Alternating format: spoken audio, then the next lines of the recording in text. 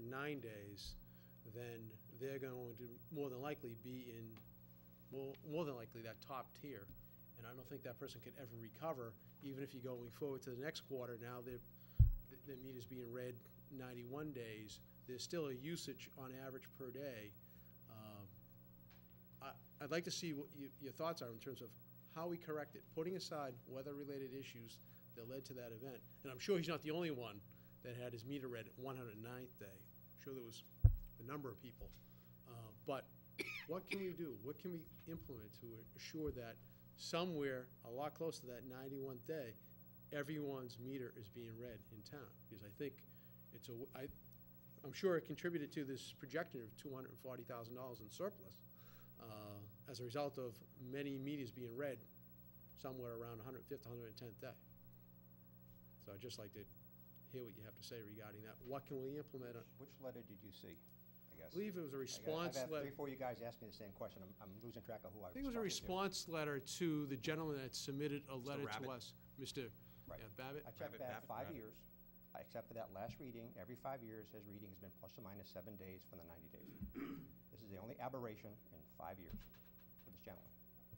That's fair enough, but I think we And should be it looking was at. caused by, we were 35% short in the water department, and we had 2 natural disasters where everybody was going somewhere else. Understood, but we generated additional revenue for this town, backs of our taxpayer as a result of, I understand weather-related events, but what can we implement to ensure that the meters are being read on or about the 91st day, not the 109th day? Is it some sort of technology we can go after? Is it, I'm looking for you, is it technology, is it personnel, or what can we do? Because I think, it's a weather-related event, but I think we just reached further into the pockets of the taxpayers as a result of those 2 events. And there has to be a way that we can avoid that, even though there was 2 weather-related events. There is technology that allows meters to be read automatically from the office. There's technology that allows a meter to be read by just somebody driving by. I haven't checked the prices for that, but it ranges from $50 to $500 per home to retrofit them for that, last time I checked. I'm not sure what current numbers are, but for a town of this size, that's a 300, 400,000 plus range. Plus you have to go in and replace the meter in the home. You replace the little dial on the, basically it turns into a radio sender, dial sender. So you can do that, go in everybody's house and retrofit their meters to allow that and have some kind of a truck-mounted drive-by system, or I've seen communities try to piggyback on the gas company, piggyback on electric light company, whereas have one meter read with everything. That all has a cost. I mean, I've never done a detailed analysis for the town of North Reading. Maybe it's something you should look at, maybe it's something you should incorporate into your capital plan. I just think it has to be looked at. I think that, how many complaints do we get a year on this issue? One so far, One. Mr. Rabbit, So- no one else.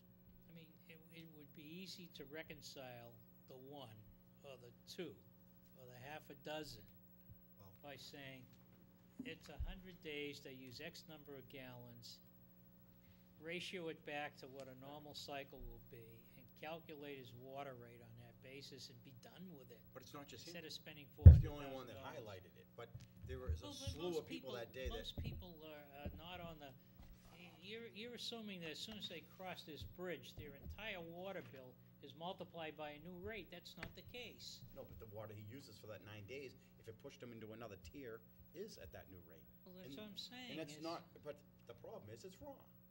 I mean, it's wrong, and especially over Look the at your summertime. electric bill, look at your gas bill, and you tell me they're measured exactly on the But same they come day. back and adjust on those bills. They do. They come back, they do them on, they look at it as estimates, and then they come back and do it against actuals, and they adjust my bill. How many, do we know, any idea how many ran into that, the reading, which was in excess of, 2 weeks? I don't have a number, no. Guesstimate? We typically start the reading, start in Martin's Pond area and work your way west. Work your way, excuse me. As you go, obviously things happen, so sometimes the ones up there tend to be right on the money, and as you tend to go out based on weather and other acts of God, and whatever happens, somebody's out sick, it's a little off. So there's no precise way to do it, I guess. Other than having a robot do it, or have some electronic version, There's no way I can predict, get it exactly 91 days. However, a reasonable standard is plus or minus 7 days from that 91 days. And in Mr. Rabbit's case, I went back to 2005, and that's how his meter was read, except for Okay, that one event. So again, plus or minus 7 days, let's say that's the tolerance level. How many people were outside of that 7-day tolerance level? You know, how many were affected? I mean, it would. I don't know. I could come up If with you're that. going west to east, I believe his address was Old Farm, you're pretty much in the center of town, so I only can imagine those that are down on the end of Elm Street, when those got read. You know, if he was at 109. I'm sure people just paid their bill and didn't look at it and didn't do the analysis that he did. Because after the fact, I looked at mine, and I was about 110, 12, somewhere in that range. Perhaps we could take some of the surplus we've been talking about, put toward that technology. Well, I think it's worthwhile to consider, and I think it's probably a way. I'm wondering if you couldn't just come up, maybe someone's already written a program that would just take the date of the bill and the reading and make computer adjustment, so that they get billed for the 91 or whatever the Well, we actually had cycle that, would be. and that's what led to that billing issue a year and a half ago. No one else in Massachusetts has a system like that. Everybody else reads on the read it every quarter, plus or minus. North Reading, and it's part of the rate thing, we had a unique rate, number one. We had a unique way of doing it. That led to billing errors. So right now, where everybody else does this for a living. I mean, this is, we are, Well, you just can't make it so exact, everything's plus or minus a day. well, maybe you should change Water your route rates and are go plus from, or go minus. from east to west every other time, you know, Well, instead of that's west to what I east, thought you he know? Balance it out. Then someone else will be late on the other end. Now, we have one person assigned half of his time to read meters and fix meters. And if that one person is out, if they don't twist his ankle, I mean, we don't have a lot of depth in staffing. That's the Oh. challenge you have Well, at tiered that's rate. what I'm saying. Maybe that's the issue. Maybe that's what you need to propose to us. Maybe it's technology, or maybe it's staffing, so that we can stay within, you believe to be reasonable parameters, 7 days on either way, on either side of 91. I just don't. Well, 7 days on either side means that it takes 14 days to do the whole town. I would gather that's, It takes us about 6 weeks from the time he starts. takes Well, what? Weeks. If it takes 6 weeks. It takes in a standard reading cycle, it takes approximately 6 weeks. Generally, he starts Martin's Pond every time. So Martin's Pond is basically 91 days apart. No other factors, it takes him about 6 weeks to get from Martin's Pond down to, say, the end of Elm Street to read the whole town. So So if you're starting on the 91 day, No, but 91st day. It's been a long day. I should have stayed in bed all day. that, did But if you're starting in Martin's Pond on the 91st day, But it takes 6 weeks, so then you're ending on the 6 weeks from the 91st day. Then you start on Martin's Pond the 91st day from when you started the last time. Still takes you 6 weeks, so you theoretically would still be out at that 90 days at the end of your reading cycle. Right. There was a lot of, the one letter I did First reading see they're was off, that, everything else, it's, we were the cycle's the adjusting same. the summer reads to make them long to capture a higher volume in the upper tier. We ran into this exact same problem last winter. If you remember all the snow we had last winter, we actually didn't issue the water bills until a month late because we just physically could not get to the homes to read them because of the snow. I saw him out there with his snowshoes on. Yeah, we actually bought the guy snowshoes Right. last winter. Well, if he had So- gone my yard, he would've needed snowshoes, that's for That was sure. our high. another reason why you Mr. should, Chairman. I think, should be looking at technology and seeing what we can do on that end of it. Yeah, I think that's a great idea. Mr. Chair. It's out there. That's a great idea. And if I. No, I know, but could, Look into it. Pay for it. Look into it. if I could, we are, as we replace Then go back to a meters, one rate. As we replace meters, as we repair meters, we are not putting in the old walk up to the house plug-on type meters.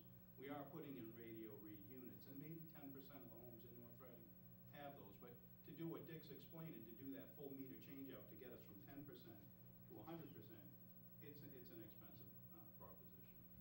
Okay, I just think it's. So maybe we put together a plan Right. based on water revenue to do X number, And you start on the east side of town, put them in, no, really, and, Yeah, you know, Right. right. phase it in That's that way. right. And then, You don't have to do 100%, maybe you can do a Yeah, balance. I mean, if somebody comes in and complains and it's a legitimate complaint, make an adjustment and move on. He didn't want Mr. an Chair? adjustment. I asked him that, and he didn't want an adjustment. No, No, he you just wanted to let understand you it. know. Because we have 3 tiers, and he was into a higher tier because we waited the extra 7 or 8 days. I'm gonna shut I- my water off altogether, and I don't have to listen to any of this. Mr. Chair, Yes, trying to Mr. say Yule. something Their money. for a while. I had a question for you. When I got Mr. Abbott's letter, I went through a little bit of a process. I don't, did you, I don't know who also spoke with you, but I went through a process. I sent Mark a copy of the letter that I had received, and I had requested you to look into it, and he turned it over to you for you to look into it. All right, and that's how you got information from me. I didn't feel the need to, at that point, to distract you from some of the other things that you do. I thought the department would take care of it. But you just said something interesting to me that, which letter you're talking about, all right? I was under the impression that I was the only one communicating with you. Mr. Apparently Rabbit that's, sent letters apparently to all of you, 5 of you guys. we all got the letter? Mhm. Okay. Yep. Because mine, I got You yours. responded Jeff, to me, Okay. DA, Mr. Prisco responded to me, so I was unclear as to who my, Said Mr. O'Leary. right, no, rather okay. confusing about who I was dealing with. That explains what transpired from my end, okay? It's very difficult for you to be responding to 5 different people and trying to answer one letter, 5 different versions, and that takes up a lot of your time. So I empathize with you. I think we need to be careful that when we get a letter like this, we should talk to each other rather than all 5 of us come after you, Or 6, please go through Greg and. or go through Greg, okay? That's what you were supposed to do. I didn't So- contact Dick. I didn't either. Right, Exactly no, how So- that's how we did it. That's No, exactly how we we did went it. to Yes, him. thank you. Greg said, Dick will put together a response and we'll take care of it, and that's it. That's where it ended for me. Yeah, it worked. Oh, so, okay, well, Courtesy, but that's not out what of he's a saying. courtesy, He's sent saying, a copy of the letter. he's saying which letter you're talking about. He's asking me which letter he wrote that I'm talking about. It's Yeah, he wrote a lot of Babbitt. different Mr. letters. Mr. Babbitt was the I letter. responded to Greg, I responded to Mr. Rabbit, I talked to Mr. Rabbit, so I agree with you, Jeff, it'd be easier if I could respond we did. once. Right. And Okay. it got taken care of. That's all that matters. Is Mr. Rabbit all set? He's not called me back yet, so I talked to him quite at length. So it's good. All right. Can we move on? Yes. Cemetery, I need to know about this, this is important. Yeah, I think you are, based on I'm your gonna behavior buy my tonight. plot before the rates go up. Someone have done that. We have no motions or anything for that, okay. What's that? Just for the cemetery we do. Mr. Jones Senior came in the other day, make his reservation at Riverside, so maybe you know something we don't know.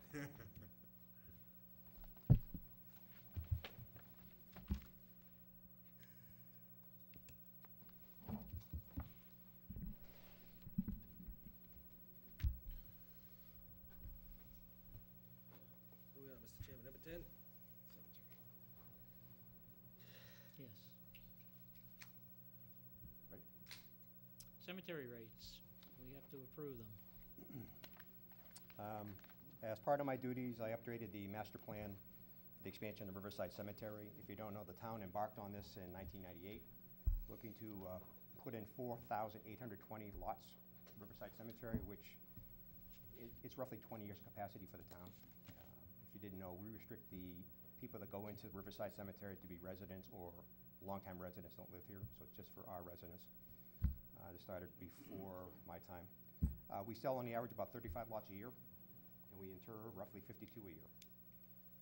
And long story short, I updated the master plan and found out it's been costing us roughly $448 to build the lot, build the grave site. Then I compared that to our rates, and we charge $500 for a grave. $500 includes half of that is to build it, half of it is perpetual maintenance. When you buy a grave, the community or the private cemetery basically will take care of that for life, the stone, the grass, and everything. So it cost us around $448 to build it, and we're only charging $250. So that led me to look at the rates, and do we have the memo with a bunch of attachments? I We do. Yeah, we have.